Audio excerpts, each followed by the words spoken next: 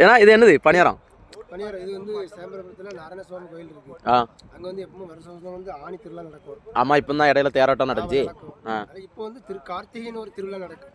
அப்படியா? 30 நாளும் ஜம்முன்னு இருக்கும். அப்படியா? நம்ம ஊர்ல நான் தானே வரல, தூங்கிட்டேன். அசதி இல்ல, அசதி.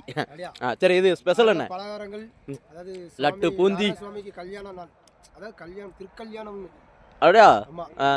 அது நடக்கும்போது நிறைய இனிப்புகள் எல்லாரும் மக்கள்கள் எல்லாம் வணங்குவாங்க. நேற்று பூரா பணியாரம். ஆமா, பணியாரம், அதிரசம்,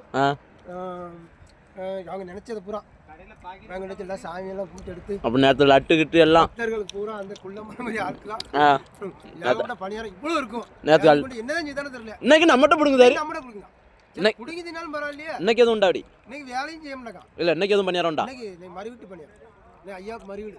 அப்படியா? மறுவீட்டு பணியாரம் இன்னைக்கு ஜம்முனி செழிப்பா எல்லா மக்களும் வந்து வாங்கலாம். யாருனாலும் பான்னு தான் சொல்லுவாங்க, போனு கிடையாதுண்ணே. ஐயாவோட அருள்வாக்கே தான். எல்லாருக்குமே நல்லா அதிகமாக வைப்பாங்க. எல்லா மக்களுமே நல்லா ஐயா நல்லா வைப்பாரு அப்படிங்கிற ஒரு மன நிம்மதியோட அவரு சன்னதி பேஜினா நமக்கு நோய் நொடி எதுவுமே வராது. அப்படி ஒரு அப்ப இன்னைக்கு பணியாரம், நேத்து பணியாரம் நொறுக்கிடலாம். நாளைக்கு என்னது? நாளைக்கு உம்பா, நாளான்னு தவணாங்கஞ்சி, அதோட முடிஞ்சு திருவிழாவுக்கு ஈக்குவலா இருக்கு. 18 நாள் ஐயாவோட பணியோட முடிஞ்சு தீரு சிறப்பா நடந்துட்டு இருக்கு. நீனும் ஆடையை கலத்திடுவா, நாளான்ல இருந்து உன் சேட்டையை ஆரம்பிச்சிருவா. அதானே வேலையும் முடிஞ்சு போச்சு. நாளைய காலத்தும் வேலையும் முடிஞ்சு போச்சு.